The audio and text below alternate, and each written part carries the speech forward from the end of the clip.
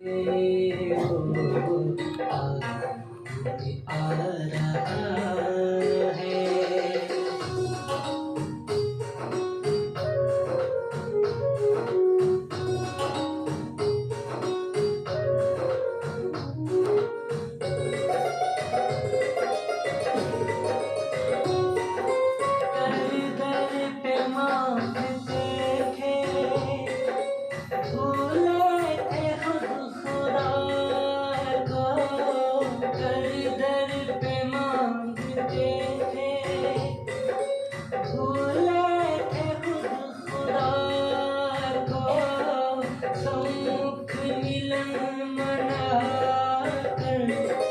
किस्मत बना रहा है सब चाहते जिसे वो आलू में आ रहा है सब चाहते जिसे वो आलू में आ रहा है। ओम शांति। शिव परमात्मा के लाडले मीठे बहुत बहुत भाग्यशाली, क्योंकि जिस परमात्मा को सारी दुनिया ढूंढ रही, मांग रही है, जिससे मिलने को तड़प रहे, कितनी आत्माओं ने घर बार छोड़ के उसके लिए संन्यास किया, लेकिन फिर भी खाली। और दूसरी तरफ हम और आप, जिन्होंने घर बैठे ही भगवान को पहचान लिया, मिलन मना लिया,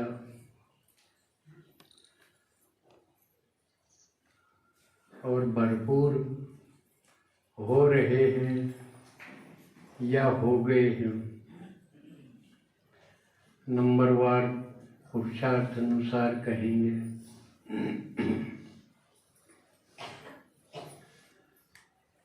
क्योंकि जिसने पहचान के निश्चय हो गया, उसने जुआ खेल लिया।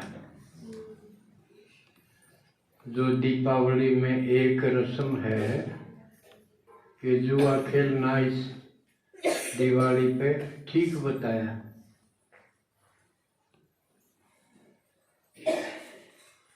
तो वो हमने जुआ खेला और उसमें लगाया थोड़ा, पाया ज्यादा। जुए में तो ऐसा ही होता है ना, थोड़े लगाओ पैसे, मिलें ज्यादा।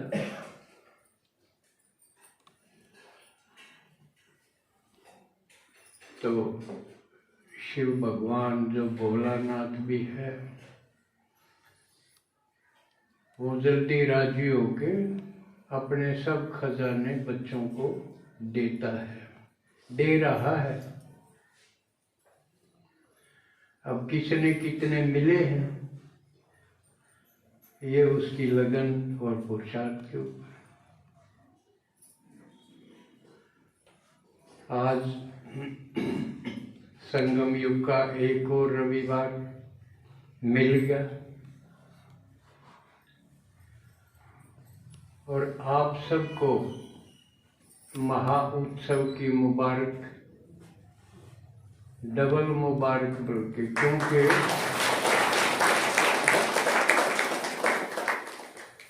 क्योंकि आप त्योहार समझ के जिसको घर कहते थे, अब तो बाबा ने बताया वो घर नहीं है, वो सेवा स्थान है। घर कौन सा है हमारा? सब ब्राह्मणों का बड़ा घर तो मधुबन है, लेकिन ये पाठशालाएं, सेंटर, ये भी घर हैं, क्योंकि मधुबन के ही ये हिस्से हैं। मधुबन घर हमारा दूर दूर तक फैला हुआ है।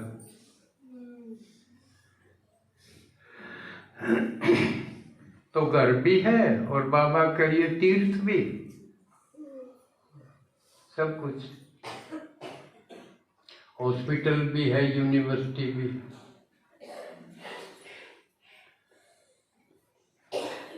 और ऐसा पूरे कल्प में कभी नहीं होता, इतना विशाल परिवार, इतना बड़ा घर कभी नहीं होगा।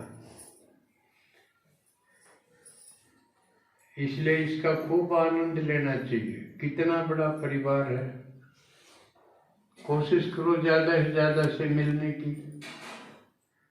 मधुबन जाओ तब भी सिर्फ डायमंड हॉल में बैठ के सिर्फ मुरली सुन ली या क्लास सुन ली, वो तो फोन में भी मिल जाएंगे, लेकिन वो परिवार नहीं मिलेगा। इसलिए मेरे विचार में ज्यादा ध्यान हमने वहां जावा, समय निकाल के उस परिवार में ज्यादा से ज्यादा से मिलना जुलना, बात करना, कौन कैसे पुरुषार्थ कर रहा है, कोई नई बात सीख के आना, ये होना चाहिए उद्देश्य। क्योंकि ये परिवार फिर नहीं मिलेगा, फिर तो कल्प बाद यूं ही इसी प्रकार वो रिपीट होगा। बाबा ने बताया ड्रामा। तो एक तो आप सो कॉल्ड घर, यानी जिसको घर कहा करते, जिसमें कैद से में थे, 5-7 का परिवार हो, उससे में चक्कर काटी जा आवे ना, कदे घरा कदे पैर मरा था गेड़े मार। राजी से पहला खा गया तरी के साथ, सुना है तो ये जिंदगी थी, छोटा सा परिवार में, उसमें चक्कर काट के उम्र पूरी कर दी ना। उनमें कोई नवीनता हुआ, कदे लड़ पड़ेंगे, कदे राजी हो जाएंगे पहले। लेकिन एक आप हद में नहीं, इतना बड़ा परिवार, देश विदेश, कितने देशों में, ज्यादा से ज्यादा मिलने का मौका मधुबन है। क्योंकि सारे उड़े हमें दूसरे देशों वाले हैं भाई बहन, वो भी वहां आते हैं, भारत वाले भी आते हैं। इसलिए ज्यादा ज्यादा मिलना चाहिए। सबका अपना अपना ढंग पाओगा, अपने अपने पुरुषार्थ पाओगा, बड़ा मजेदार खेल होगा। जिंदा भागवत है,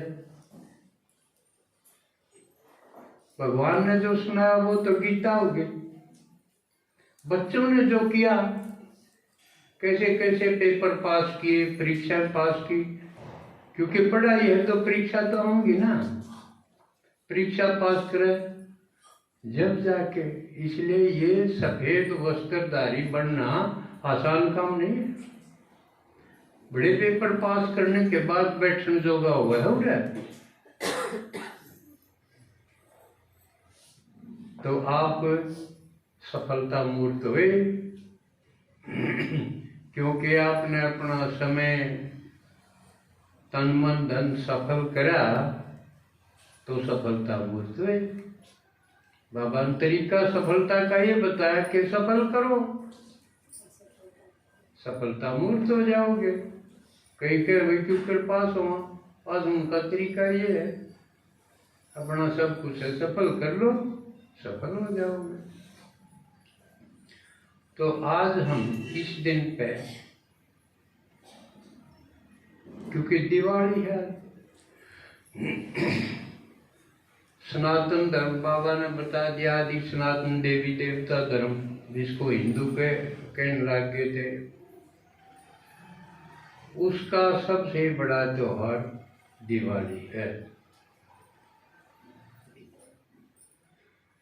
और दिवाली एक त्योहार नहीं, कई त्योहारों का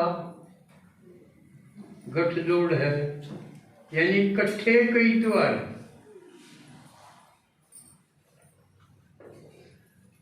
कहाँ से शुरू हुआ है यो? धनतेरस से।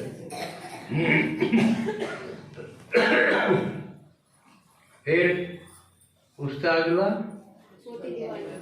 छोटी दिवाली, जिसका दूसरा नाम नरक चतुर्दशी, रूप चौदस, ये इसके नाम।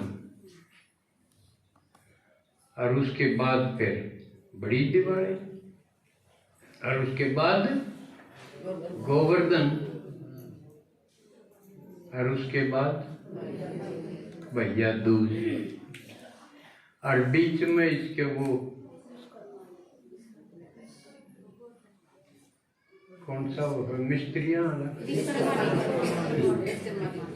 हाँ, विश्वकर्मा। तो 5-6 तो ये हुए हो गए, इतने पर्व इनका इकट्ठा ही पर्व हो गया, ये महा उत्सव हो गया। इसके साथ साथ जो आदि सनातन देवी देवता धर्म के शाखाएं बन गई, इसी में से टूट टूट के कौन सी बन गई? बुद्ध है, वो भी इसी में से निकला। क्यों? बुद्ध का बाबू तो हिंदू था, बुद्ध धर्म इससे चला, तो इसका बाप तो नहीं था ना, इसका बाप तो बुद्ध धर्म का नहीं था, तो उसका भी कनेक्शन है कि बुद्ध को ज्ञान प्राप्त होने के बाद घर आया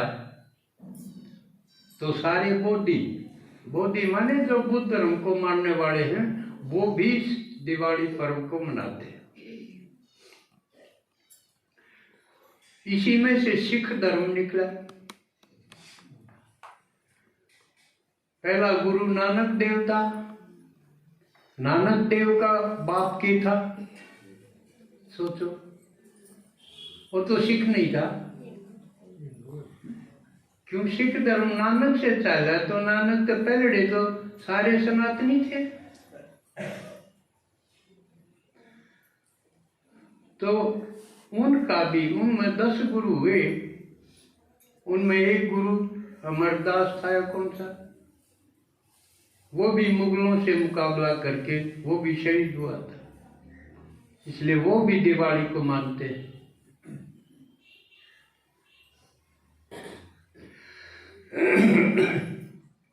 आर्य समाज वो भी इसी धर्म से निकला हुआ है। किसने स्थापन किया? ऋषि दयानंद ने। लेकिन दयानंद का बाप तो आर्य समाजी नहीं था, वो तो सनातन धर्म का था, और बड़ा पक्का शैव था, यानी शिव को मानने वाला। और ये भी नहीं कि कोई गरीब था, कर्मकांडी ब्राह्मण भी था, लेकिन साहूकार भी था, क्योंकि ऐसा उल्लेख हुआ है, दयानंद जब 12-13 साल का था और उसके बाप ने ये शिवरात्रि का अनुष्ठान किया था, बहुत तैयारी की थी, बहुत खर्चा करा था। तो ये भी बालक, अब मैं भी देखूंगा शिव के करेगा मंदिर में, यो भी गया, और तो सब गा बजा के सो गए। जो करूँ भी कई बार योग में सो जाऊं है ना, तो वह भी झांझ बजाते बजाते सो के जागरण कर रहे थे।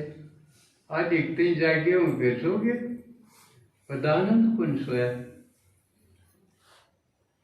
वो तो देखा था, उसकी जो जिज्ञासा थी, रुचि थी, देखा क्या होगा, शिवजी होगा कि अपना भोजन कर, पर शिवजी तो आया ना, उस पर तो चूहे आ गए, वो भोग लगा रखे तो चूहे उसने खान लागे, कूदन लागे, खिंडान लागे।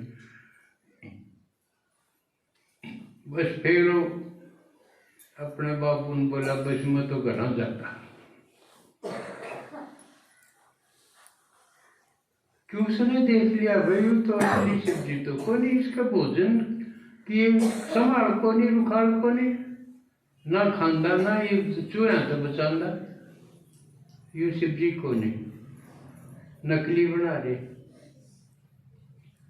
तो 2 बॉडीगार्ड भेजे उसके साथ, घर छोड़ा हो भाई बालक में, इतने बेताड़े थे। नहीं तो दयानंद के अतिरिक्त उसके समय में कितने लोगों ने, कितने सो कॉल्ड संतों ने बहुत सी बातों का विरोध करा, खंडन करा, कि वो गनखरे अभाव के थे और ठुकराए हुए थे।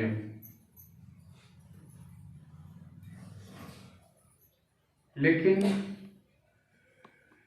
दयानंद ऐसा नहीं था, उसके तो जिज्ञासा ही थी, खोज थी। वह फिर वो घर से निकले गया और उसने आगे विस्तार नहीं करते आर्य समाज की स्थापना की और एक ग्रंथ लिखा सत्यार्थ प्रकाश, बहुत अच्छा लिखा उसने। तो वो भी इस सनातन धर्म से, वो दयानंद भी दिवाली के दिन ही उसका शरीर छूटा था। जैन धर्म का 24वां तीर्थंकर था महावीर स्वामी, उसको भी निर्वाण प्राप्त हुआ, वो उस दिन भी दिवाली थी।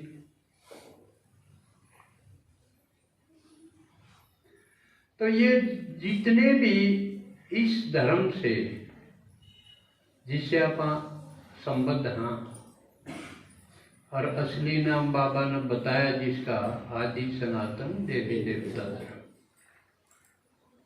ये उसी में से निकले हुए थे और वो सभी अपने अपने ढंग से प्रसंग अनुसार वो मानते हैं दिवाली का।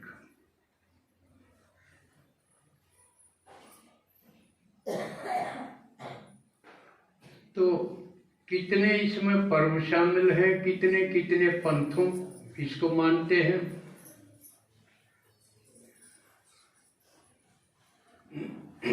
अब इसके एक एक मुख्य प्रसंग लेवांगे।